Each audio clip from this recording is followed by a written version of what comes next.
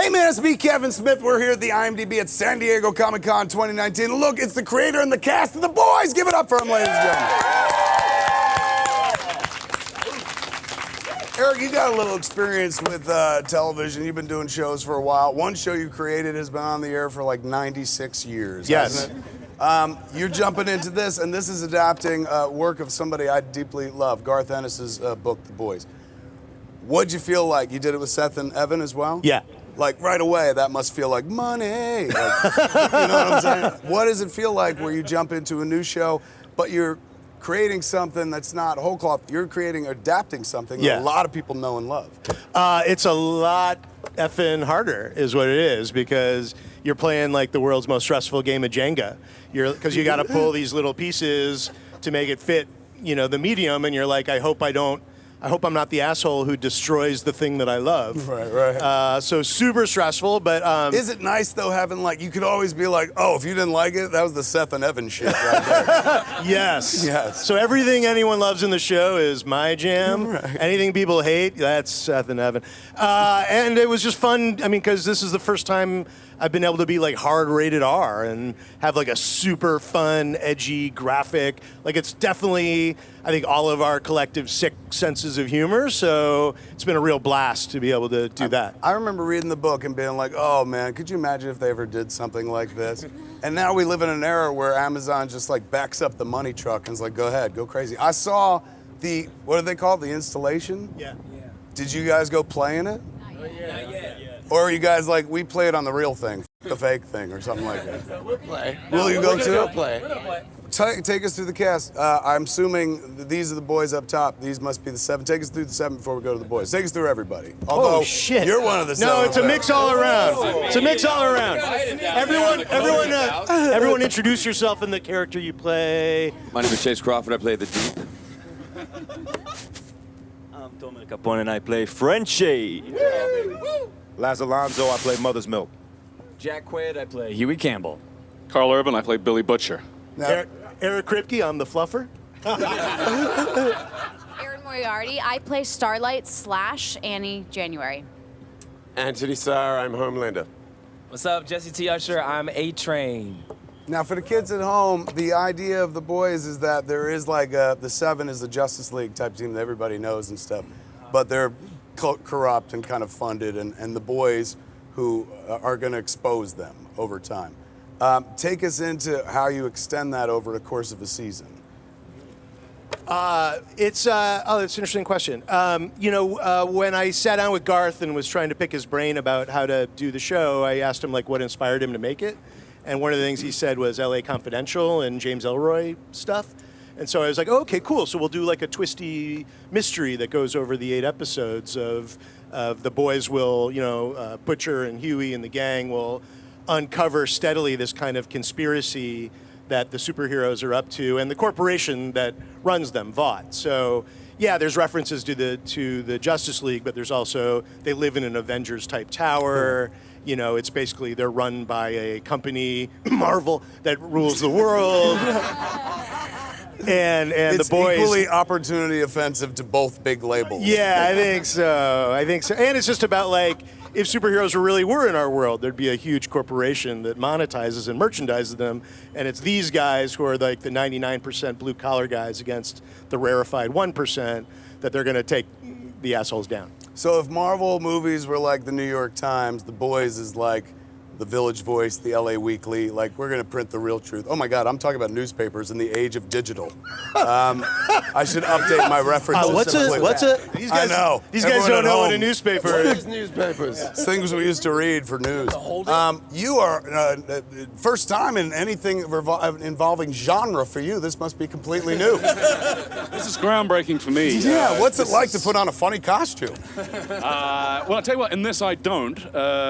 These guys get to wear all the spandex, and it's quite nice to be not too dissimilar to just the average working day clothes. It's nice. You get to wear normie clothes. I get to wear normal clothes. That's not true. You wear them on top, but we know there's spandex underneath. It's our secret. Tony, it's our secret. Carl, you can share. This is how long were you working on this? Well, we shot for 4 or 5 months, the first season it took us, and you know, we had a blast. I mean, this show we get to do and say things that you cannot see and you do not get to do on any other show, and it's liberating. It's fun. I mean, some of the conversations that we have, it's like, I can't believe we're having this conversation. There's always, inevitably, in every single episode, there's like a jaw-dropping moment when you read the script and go, holy shit, are we doing that? So I'm really excited for this to get out there. It's going to be a lot of fun. What is it like for everybody? Like, well, we'll start here.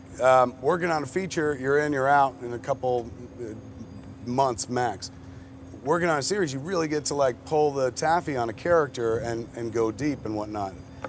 Preferable, I guess, is what I'm asking.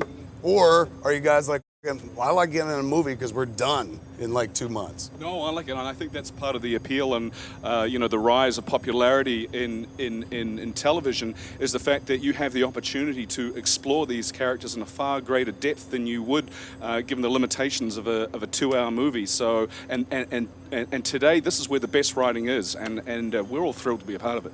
The other thing is as well, it depends on the group. Like you could be on a film with assholes and cool, we're wrapping, we're done. We got lucky. This is like pretty much a no asshole team. So I like how we said pretty much. Pretty much. yeah, which usually means if you don't see the asshole, it's good, right? Yeah, fuck you very much. But no, you know, it's he started at the top with a no asshole policy, and it's for once it's true. It's a good bunch. Was anybody? How many of you were into comics or into the books themselves before you jumped into it, or is it new for some of you? Yeah, you've got some familiarity in the arena. What about you guys? It was new for me. I think it was new for most of us, right? Then we heard about it, and then we started reading the graphic novels, and like Carl said, we kind of read through like, holy shit, is this what we're gonna be doing? Sign me up, baby. What you guys? Anybody know? No, same thing. I mean, Kripke sent me like the full 12, you know, graphic novels. It was Christmas time. It was a nice time to read them. Right. I got to about 4, and I was like, you know, okay, I've seen enough. Let's just start shooting this thing. It was good. It was good. So, Did you just text him back XOXO? Yeah, exactly. Yeah, this is just like the Upper East Side. Speaking Yeah. of which, did you hear that they're doing Gossip Girl spinoff? I did hear that. Yeah. Did they didn't even think to call you? What's I going on? didn't get a phone call. Yeah, I woke up to these news articles. Yeah, yeah. You got to tell them like I'm the G in Trying to Gossip weasel Girl. my way in there. Yeah, Yes, be a a, little be a piece, father man. now. Get some of that. Like they said in Cool Hand Luke, he's ours. Yes, now he does belong to you guys. Speaking of other things too, I read something about Star Trek that Quentin might be involved in. You heard anything? I know nothing, but I just want to say I am super excited to see this Once Upon a Time in Hollywood. And for my money, it's like Quentin Tarantino on a Star Trek movie. Oh my God. How bananas would that be? That'll be, yeah. But I know nothing. That didn't. You know what? You're usually a good actor. That didn't convince me at all. When does it begin? And when do you? Is it on? It hasn't started yet. No, it premieres worldwide. It drops 1 week from today. Oh my God. So July 26th, people. Finally! We unleash our virus on the world. And when are you guys doing something here today? Is that why everybody's here? Yeah, we're doing a panel in the afternoon, and then we have our fan premiere tonight where we'll be screening the first 2 episodes and having a party, and the fans can hang out and drink with us, and I'm pretty sure we're getting wasted. I mean, That was the itinerary that I got. Poll the group. It's a resounding yes. It's kind of a plan to celebrate after a year of really hard work. Way to keep it really on brand. Like we're all gonna get drunk. When we bring, yes, wow, that's Comic-Con. When we bring folks on the boat, man, we ask them to reach into the captain's hat, pull out a question. Everybody answer this, please. Go ahead, starting right here. What's your secret superpower? The ability to fall asleep anywhere. Dang, that's mine. Mine is super lame. I feel like I'm the first guy in like a crowded room or like a grocery store to identify what song is playing on the thing. And I start humming along. They're like, what song? I'm like, that song. I'm sorry. It's like the weirdest super hearing ever, and it's only applicable to like Hall & Oates. So there we go. I can clean anything really fast. Usable skill. Man, let me tell you. Movable My friends skill. love me. Well, I found out mine, well, from this show. I can speak French. That's just crazy. Is that what it is? Am I next? Top that, man, yeah. I can drink a beer like really fast. Like super fast. Prove it. Yeah.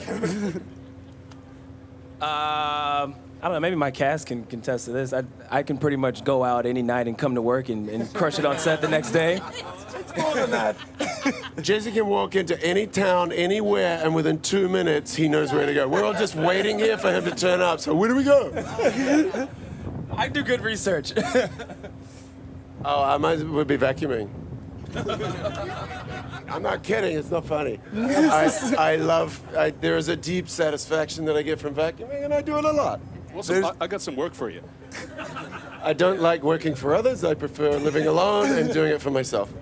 It is an unappreciated art form. Most of us rely on a Roomba, but you're like, I'm gonna do it myself. Dude, it's so satisfying, especially if there's like corn chips or whatever on the ground. That sound when it's going up the tube. That's obsessive compulsive. Okay, I'm done. That's like a pathology. Mine's not as productive, but if I'm put into a room with like a tub of ice cream and like a box of cookies, anything sweet, and it's just me and that in the room, I'll clean it out in like 2 minutes flat, whatever it is. Whatever it is. That's Give not a me 2 superpower, minutes. that's being American. Goddamn right. But you know what, I'm not gonna take it away from you. That is a superpower. Yeah, I mean, you're right. I'm not gonna argue with you. My superpower is that I'm American. I like it. Yeah. Your superpower is that you're like, I believe in this, and then you're easily flipped off of it. Not exciting, but super crazy recall of every bad 80s action movie and TV show ever. What I love is you took the question seriously. You're like, that is my ability. That is my superpower. But that's like sometimes, but like Manimal and Automan and yeah. Manimal, Simon McCorkindale. Simon McCorkindale. We share a superpower. Ladies and gentlemen, give it up for the kids from The Boys. Stick around for more IMDb at San Diego Comic-Con 2019 later on.